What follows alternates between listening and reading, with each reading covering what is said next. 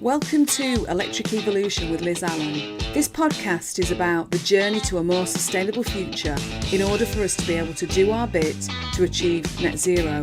I'll be discussing a variety of topics with experts in their field in order to educate and increase our knowledge of clean energy, electric vehicles and the electric vehicle infrastructure. So whether you're an individual wanting to make a difference at home, a small business or a corporate, this podcast is just for you. Today on the podcast, I have got Shayne Rees from Char'gy, who is the head of marketing for Char'gy. Thank you very much for joining me, Shayne.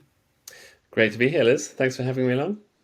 So we've tried to get this in a few times, or a couple of times, haven't we? But I know you are really, really busy. So what I want to start off with is by just giving me a little bit of your background to what you did in the run up to joining Char'gy and why you chose to join.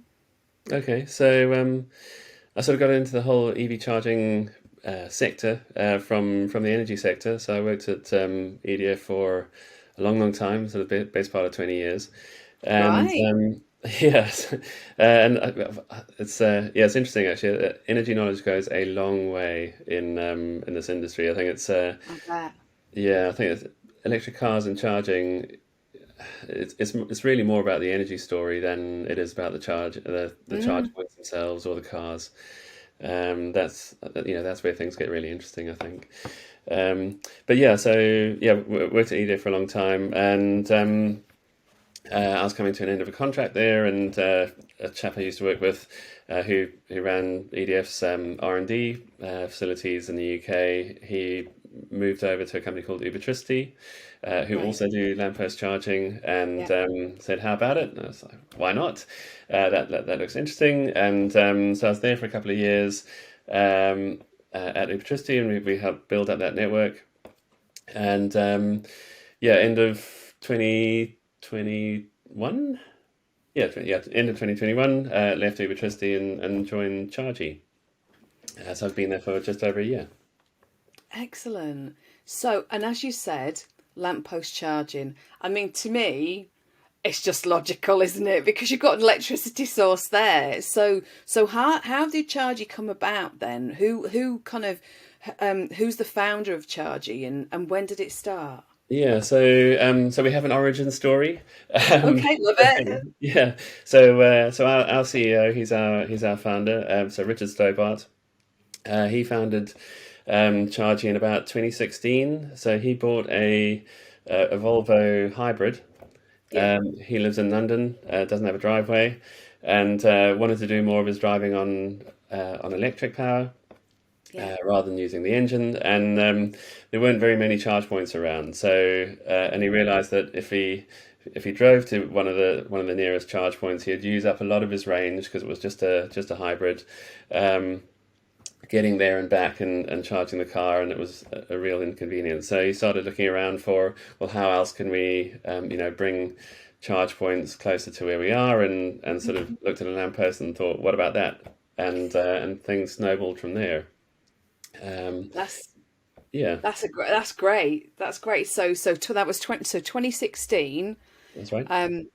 Tell me, so where did he start selling into? What kind of organisations? Was it just councils, as you've been kind of doing recently? Yeah, mainly. So he had a company called Unboxed, which is like a sort of software company, doing a lot of work for councils and local government, and they sort of grew out of that. So it took a couple of years to develop the product, and I think that everyone involved in that project learned a lot along the way. And from what I can understand, it sort of started off as a side project, and with a view to becoming a business. And once they sort of cracked that, the technology and making it work and stuff, they installed their first one in Marlow in Okay, I 2018. used to live near Marlow actually. I lived in Bourne End, which was kind of the other side Okay, of Marlow. yeah, Oh, yeah. right. So if you Okay. pop down to Marlow High Street, outside the George and Dragon, that's where the original Chargy is installed. Oh, is it? Oh my God, I'll have to look. Yeah, yeah, I know George and Dragon as well. Yeah. Not that I know too many pubs, folks, but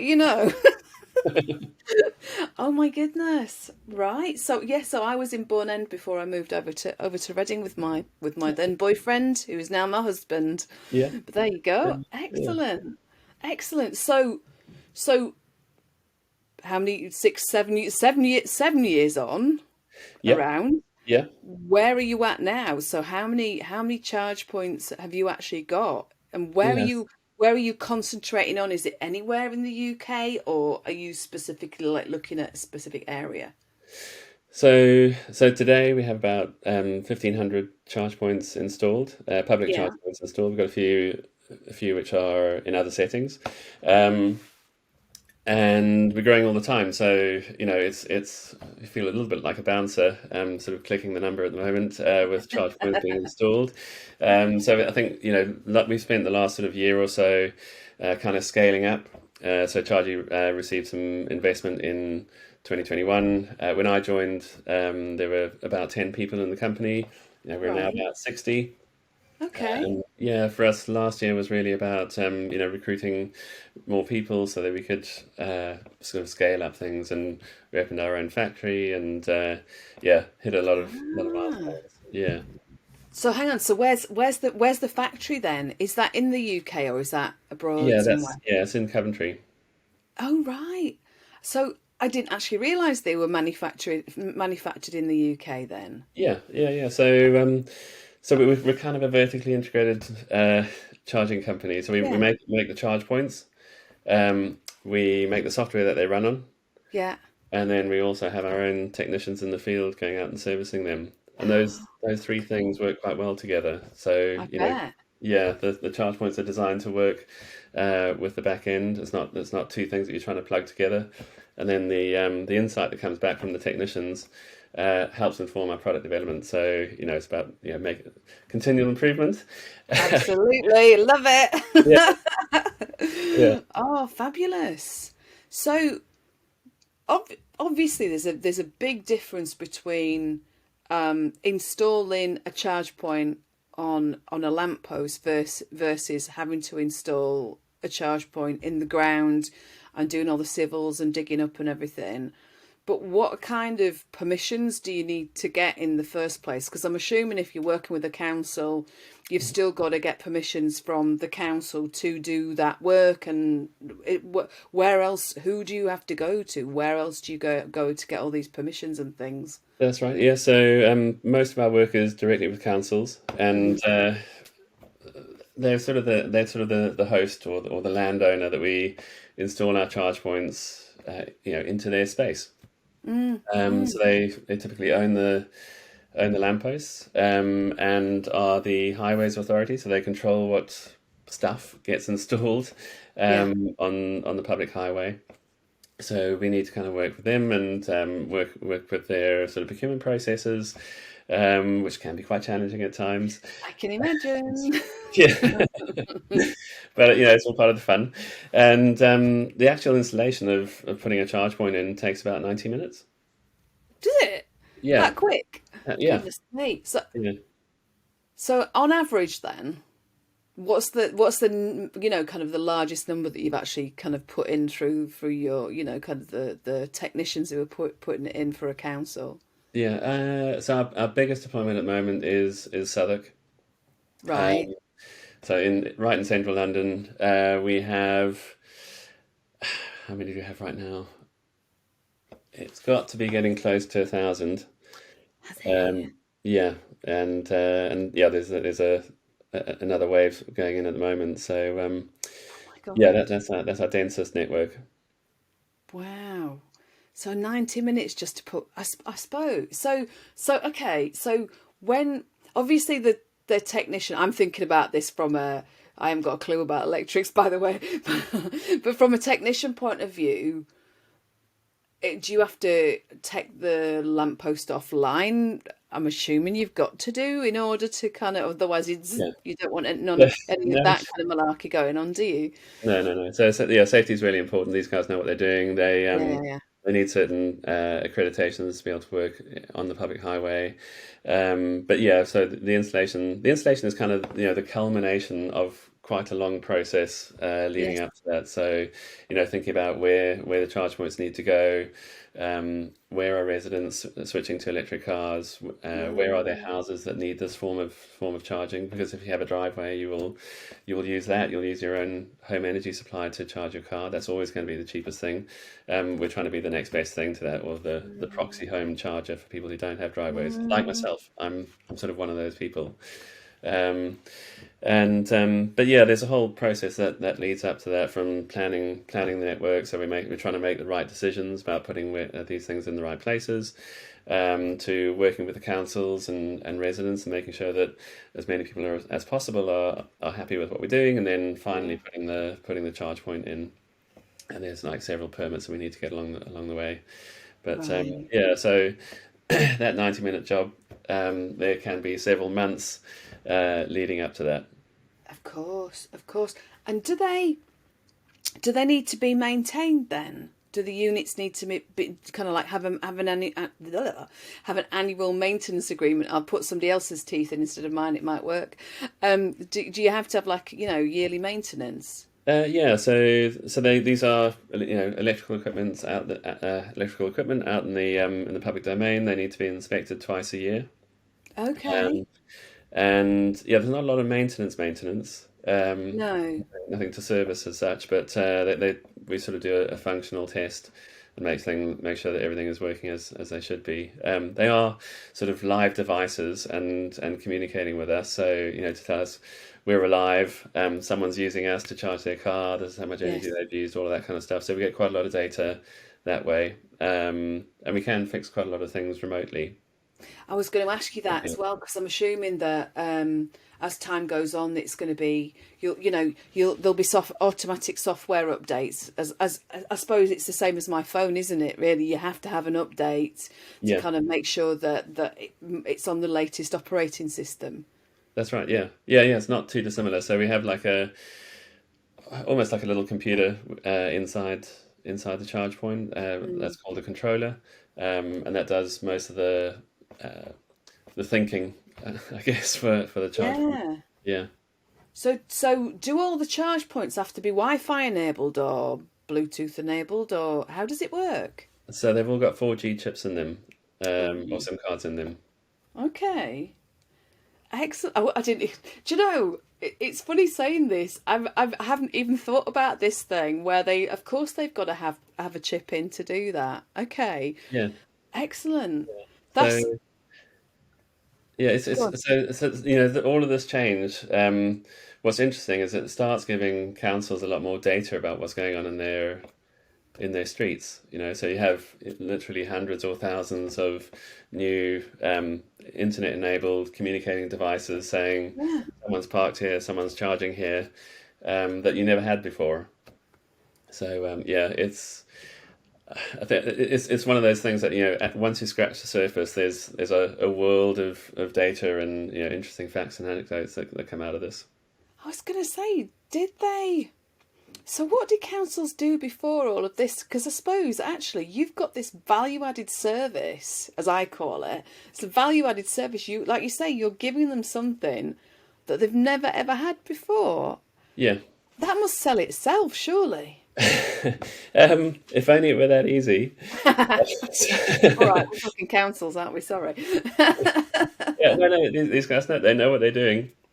But this is just a totally new topic for Yeah. many of the people that we're dealing with, and a lot of people who are in that role, they're not EV drivers themselves yet. Mm. When you look at the number of EVs on the road, it's like 2% of cars. Yeah, yeah, yeah, So it's yeah. not surprising that people are making decisions based on, a lot of their the sort of conventional wisdom that comes from driving a petrol or diesel car. So I need to go somewhere to fill up.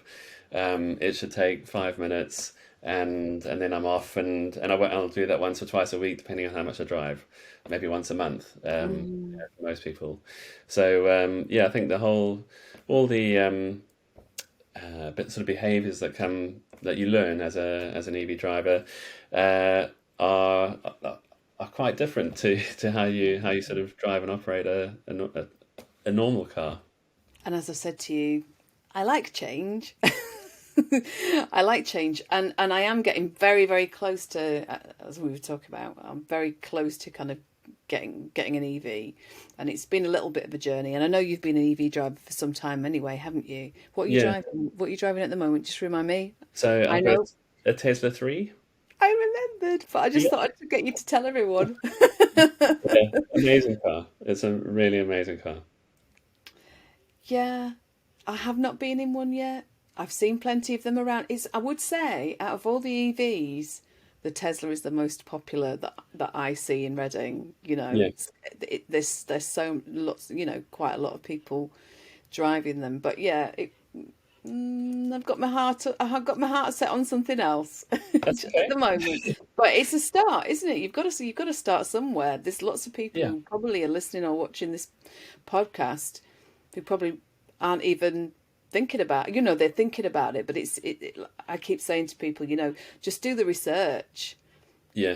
When you move to an electric vehicle, you've just got to do the research and don't just jump in, because and in fact I have had kind of a little bit of negative experience with dealerships as well. So, but I'm assuming did you get yours through, so it's a company car, isn't it? That's right. Yeah.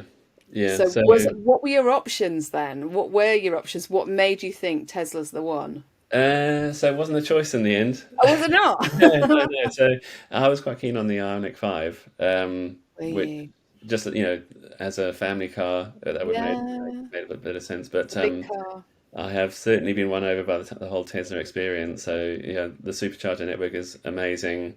The cars themselves are amazing. I'm a big fan of sort of autopilot on the motorway. Oh my It's God. the most relaxing thing to drive.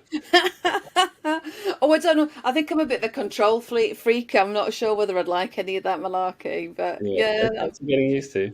somebody will win me over at some point. I just need to go in one and maybe see what it can do. But let's just see. But going back to obviously what you guys do. So we were talking earlier, weren't we, about the levy fund. Now, Yeah. can you just, it's not really come up in conversation before when I've been talking to people. I mean, I know about it, but I think probably it would be good if you can just explain a little bit about the levy fund, because you were saying that, how the levy fund is actually supporting councils, and what it's bringing to them in order for them to roll out EV charging across the local authorities. Can you just kind of explain a little bit? Yeah, sure. So it's the new support scheme for councils. So there was one beforehand, and a few that were sort of quite regional. So yeah, it's the new support scheme for councils, and it brings together a few different things. So one is a big pot of money to help councils fund charge points for the residents that need them. So it's very focused on helping councils put charge points in places where people don't have driveways. Yes. That's the need it's predominantly trying to solve. And it supports the councils with two really important things, which I think have been really well thought through. One is a pot of money, about £50 million, for councils to recruit people to take care of this function for them. So you're not just asking a transport officer or an environmental officer to take on this work on top of everything they've been doing already. And then the other is a tool called Nevis that Cenex, who operate the scheme, have built, and that gives councils a lot of data and forecasts about EV take up and the number of charge points that the model suggests they'll need by 2030, and how many and soon, and how soon, and what mix, and a whole lot of data that make planning a hell of a lot easier for councils, rather than just sort of shooting in the dark and making experiments, I think. I think that from Cenex, so for people who are listening and don't know about Cenex, it's CENEX. But that's a really, really excellent idea to be able for people to be able to see a model of what charge points they should be getting, because then they can plug into that data analysis, can't they? Because so a continuous improvement phrase is, you can't manage what you don't measure. That's right. So actually being able to measure that from Cenex, from that analysis. And so as a local council, you said, didn't you, you have your own login, you can check it out, and it will give you your data analysis. So as an EV officer, Yeah, they should be able to log in and actually find out, right, okay, so for this council, like I say, for Reading Borough Council, where I am now, I'm assuming that they've logged in and actually looked at their analysis of what what Cenex is saying, right, okay, on average you should be having this many. that's right. Yeah, so this is all very new. Scheme's only just getting Right. underway, but and I can't see inside, so I've seen a few snippets and sort of promotional videos. Um, But yeah, I think the importance of it is it gives councils something to aim at. So someone who Cenex and PA Consulting and all the guys who built that tool have put a lot of thought into what does the adoption curve of EVs look like in a particular region. So in Reading Council, for example, and then what's the makeup of that local area? So, how many houses have driveways and how many don't? And on that basis, roughly how many charge points do you think you should have to stay ahead of demand of charging demand, so that people making the switch to electric cars feel confident they can charge their car in a convenient way for them. Because making the switch easy is what's going to get more people into electric cars. We Absolutely. all benefit when people make the switch. So what do you, right, I don't want to, I'm going to put and have a kind of not a negative question, but it's a question about the barriers. What do you see as the barriers to growth for the charging network?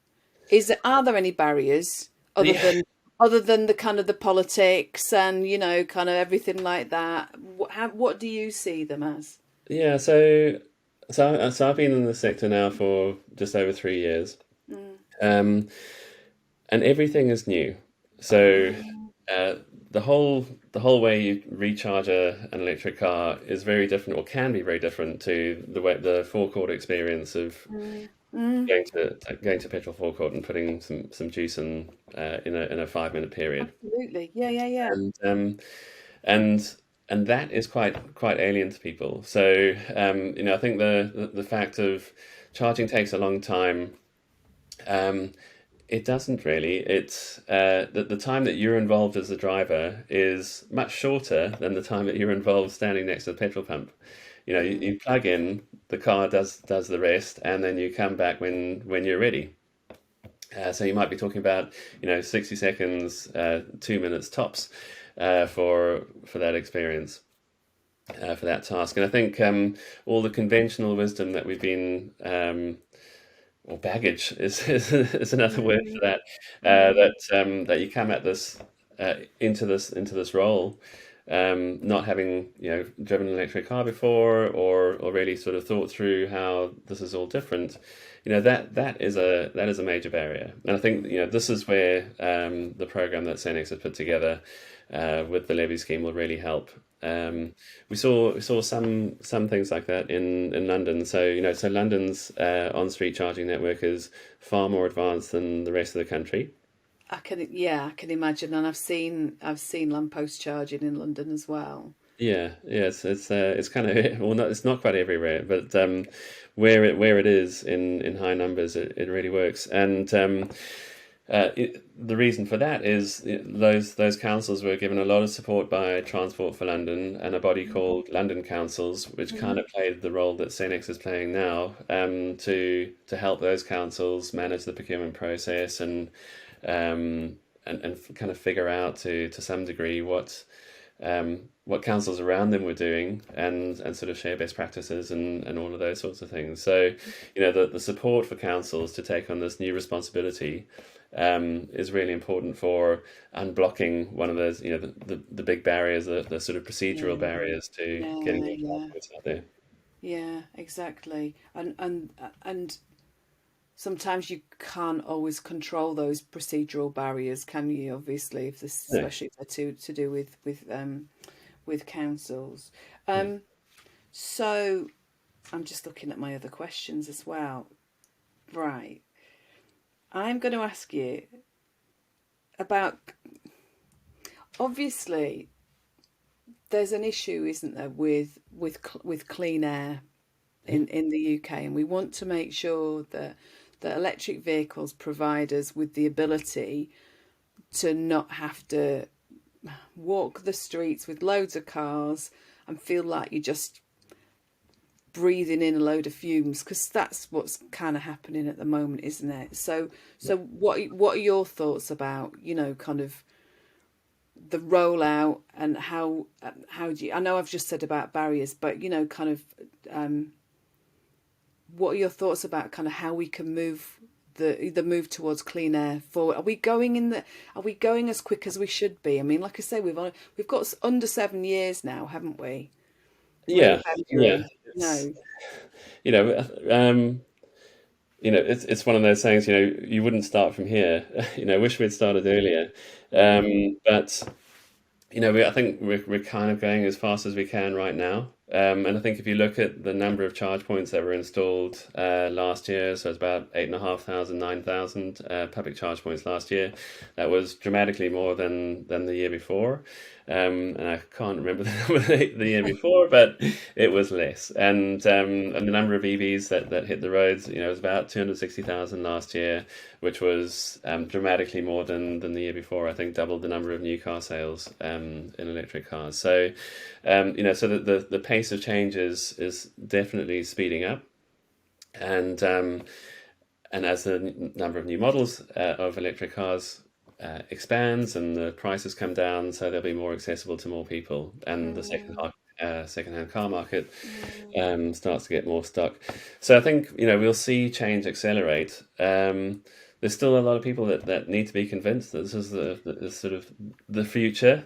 I was just about to ask you that. How do you change people's minds when you've got things coming up in the press that are quite negative about the charging network and things like that, which actually you'll have somebody who'll just jump on the bandwagon because they've heard one thing and that sticks in their mind. How the heck do we get over that?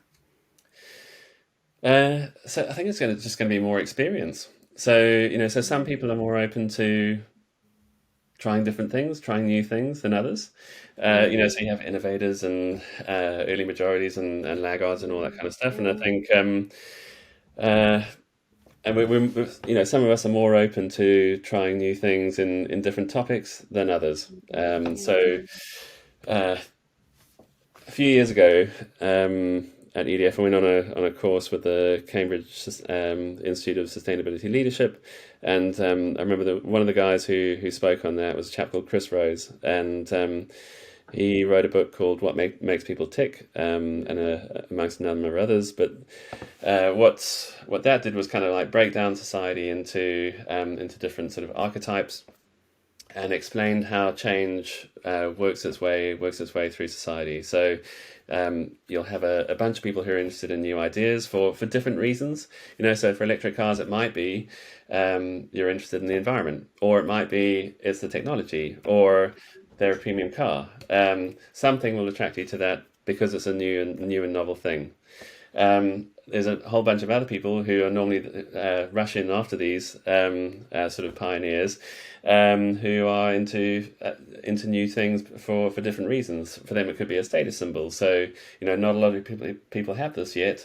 So by me acquiring it, it shows that I'm a leader or affluent or doing well for myself, that kind of thing.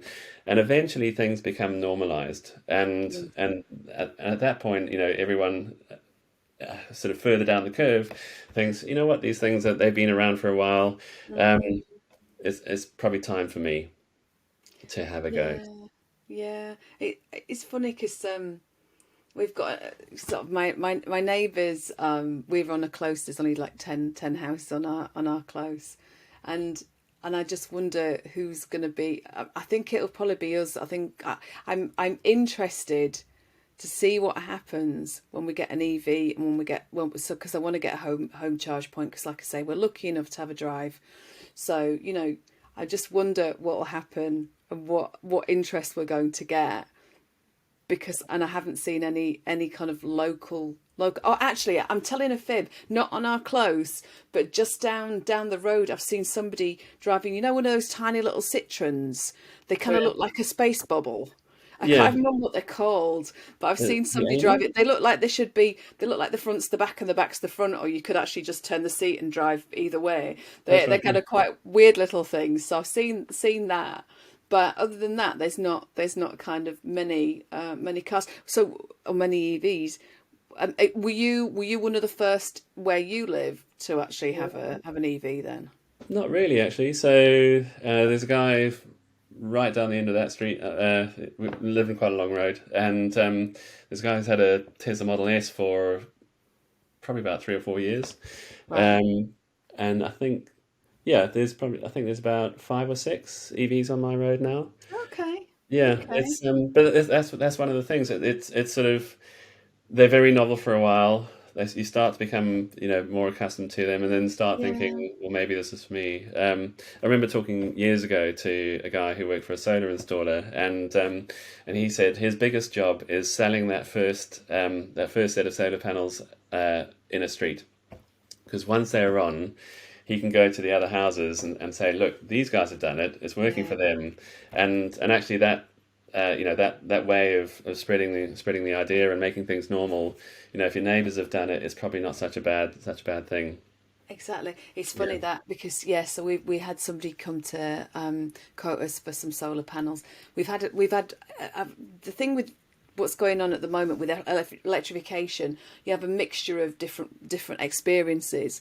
We've had two companies. One I'm not going to mention. Because theirs was a bit like, no, you can't have any solar panels on there. You haven't got enough room. We need to have a solar array of 6.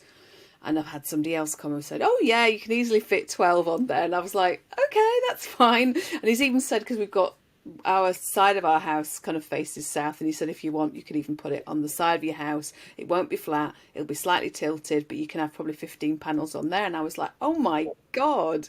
So, but I already know that our next door neighbour, she will definitely want them as well because Yeah, she's kind of very much into electrification as well.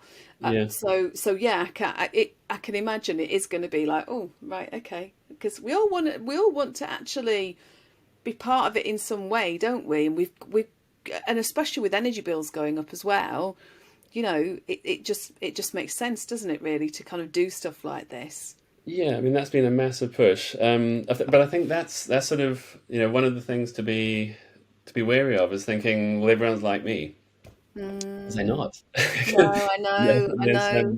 yeah. I think we're in the bubble, the whole Yeah. sort of electric energy and electrification bubble, and forget that there are normal people out there who, this What are you trying is to say? We're not normal. yeah, I usually just say, oh, we're all raving normal, but that's kind of it, isn't it? But yeah, no, you're right. You're right. There are lots of people who wouldn't even consider it yet. yeah, But yeah, like I say, for us, it's just sensible for us as a family. We're yeah, same size as you. There's 3 of us, 3 of you. yeah. So it's about doing what's right. I want to ask you. So as head of marketing, what are you doing on a daily basis? Who are you talking to? How are you getting the word out there? And I Yeah. wanted to ask you about kind of like your kind of how people can contact you if they are interested in talking to you. Okay, so I spend a lot of my time talking with councils. Of Um, course. yeah, we do quite a lot of events, and that's pretty cool actually. So yeah, 3 years doesn't sound like a lot of time um, in a particular sector, but it counts for a lot right now. It's Yeah. yeah, and I've worked across two different networks, and we've spoken with other ones, and there's quite a lot of is there quite a lot of information sharing? No, not really.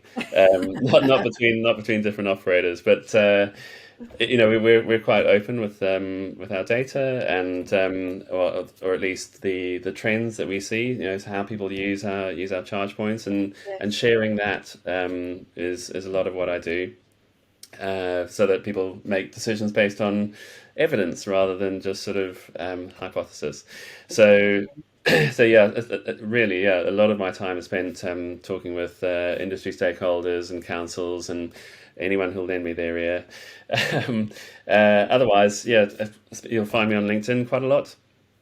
Yeah, Um, I've seen your posts. You're quite healthy on LinkedIn, aren't you? Really? Yeah, yeah, yeah. So let's not be bashful. Let's share what we know. And LinkedIn isn't Twitter. It's not quite the war zone that Twitter is. So No. yeah, I think there's a lot more people who genuinely will share useful information. It's not all sales pitches. There is a lot of really useful information on there. No, I agree. I think Twitter is, yeah, it can be a law unto itself, and even LinkedIn sometimes, you know. But I really think that this sector, the kind of the charging infrastructure and anybody involved in sustainability or renewables, etc. It's a really nice sector. It's kind of like a welcoming sector, and all people seem to just want to do the best for everybody else. Yeah, So there doesn't seem to be any backbiting with some of them, because some of the other sectors I've kind of looked at before, and I've just thought, oh my God, it's just all backbiting, and people just kind of like, "Wah," just so yeah, I like what's going on in this sector. So if anybody's interested, find Shane on LinkedIn for your website. Now there's a specific way of spelling Char'gy, isn't there? that's right. Yeah. Yeah, Go on, so give a it's it's char.gy, and that's it. So yeah, it's so we've grown out of a software sort of company, and Richard made a really good early call about securing that domain.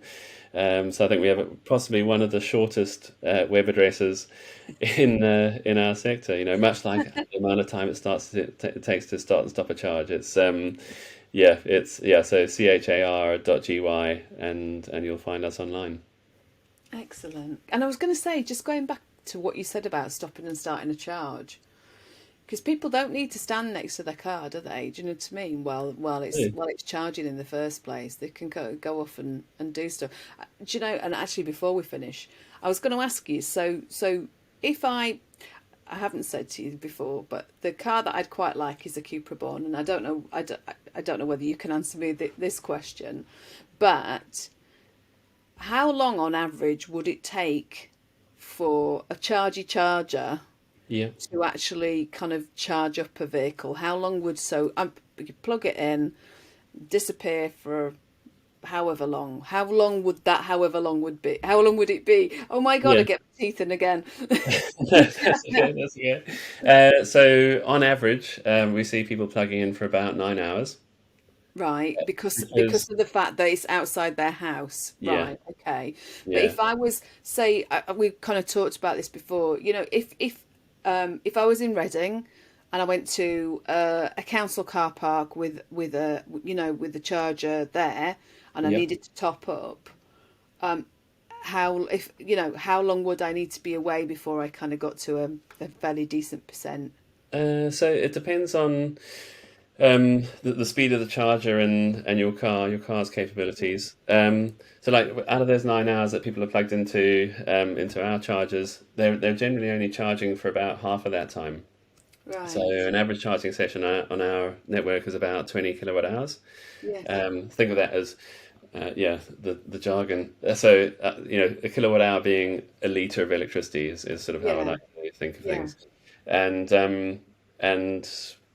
I think you might have touched on this a little bit with Neil in one of your earlier podcasts, but that kilowatt hour is a factor of two things. So kilowatts, which is power, and hours, which is time. Mm. And I've got a sort of a saying that if you've got lots of time, you don't need lots of power, but if you don't have much time, you need lots of power. Yeah.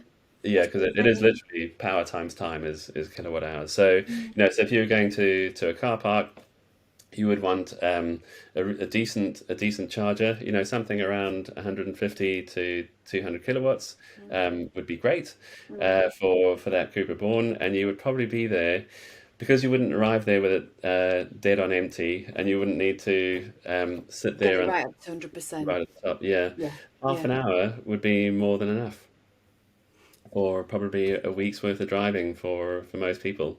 Yeah, and that's what I was talking to somebody else recently, and I think because you remember at Christmas time there was all this stuff, this thing about Tesla chargers, and there were lots of people who were queuing and all this kind of stuff that got into the news.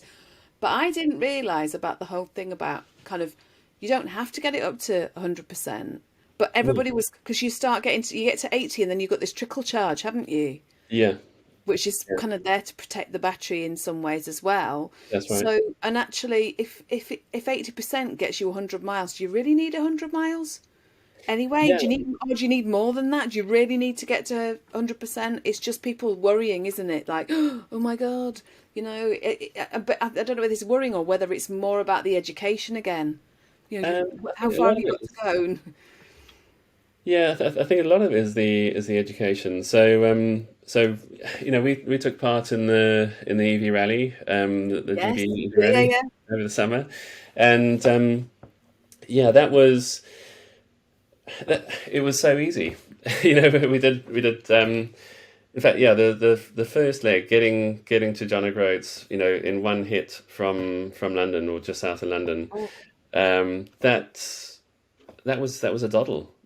was We it? Oh my Yeah, God. I think we stopped three times. Um, you needed to stop at least three Gosh, times. you know, I was going to say, when you said doing it in one go, I was thinking, flipping heck, how did he do Yeah. that? Oh no. So yeah, in one day. But I think it took us 9 or 10 hours, something like that. But with the two or three stops on the way to kind of, Yeah, yeah. yeah, And there are apps. There's an app for that. yeah, As the saying absolutely. goes. There's always an app for that. Yeah. So a better route planner will tell you, for your car, the journey that you're taking, how much, depending on how much capacity you have, how full your battery is when you leave, and how full you want it to be when you get there, Mhm. where you need to stop to recharge, and for how long, based on normal traffic conditions. I think ZapMap does the same thing Right, with okay. their journey planner, and yeah, there's plenty of support for you. You've got to trust it, and maybe leave a little bit of a margin for error. But I regularly, so I don't have a driveway, and I live in a bit of a charging desert, but I regularly run my car down to sort of a couple of percent left in the battery. Right. I'm sort of lucky. There's a rapid within walking distance of my house, so I use that one quite a lot. That's my get out of jail free card. But yeah, it's a lot of it is just becoming more and more familiar with it, and then you become braver and braver. The more you get to trust your car. Yeah, like we said, it's about behaviour change, isn't it? We're just going Yeah. to have to do things a little bit different. I mean, look at what we went through during lockdown and COVID, and the whole pandemic. You had to learn to do things differently, and actually, in some ways, we're talking about a pandemic of cars. We're not talking about people going into lockdown. We're just talking about people having to adopt different behaviours, aren't we? Yeah, yeah, that's all it is. But we're also creatures of habit. We're used to certain things, and changing, letting go of the way you used to do stuff, that can be hard. I'm having conversations with friends and people I know that is, where like I said to you, they're listening to other things in the press and things like that. Oh, the charging network isn't up to it, blah blah blah. And I have to kind of actually sort of calm a little bit, but kind of go, look, have you got any idea how many charge points there are out there? Yeah, Yes, we do need to because the government has actually said that they wanted about 300,000 charge points, didn't they, by 2030? But we yeah, still got a lot of charge points out there, and people don't realise that there are that many. I think if you log into ZapMap, you'll actually see, yeah, you know. yeah, But yeah, but yeah, yeah, and yeah. I know that they'll be able to see Char'gy on there as well, Absolutely, absolutely. for Top of the list sure. actually. Helps starting with a C. Well, Yeah, and that's always a good one. That's it always a is. good one. I was going to say full circle's a little bit lower down. But Yeah, listen, thank you. So going back to, so Charges the website, find you on LinkedIn. Just get everybody to have a look at the website, have a look at what you're doing. If you're a local authority, get in contact with Shayne for definite. Just have a look and see what they're doing. And it's just been really interesting talking to you, honestly. Yeah, brilliant. I really enjoyed it. Thanks, Liz. Like I say, I could talk for England. My mother always used to say that anyway. But, but listen, thank you ever so much for your time. I really, really appreciate it. So I'm going to end there, everybody, and I shall see you all next time. Thanks, Shayne. Bye-bye. Bye. Cheers. Bye. You've been watching Electric Evolution with Liz Allan. Don't forget to subscribe and click on the bell icon, and you'll receive all of our weekly videos. Thanks for watching. See you soon. Bye.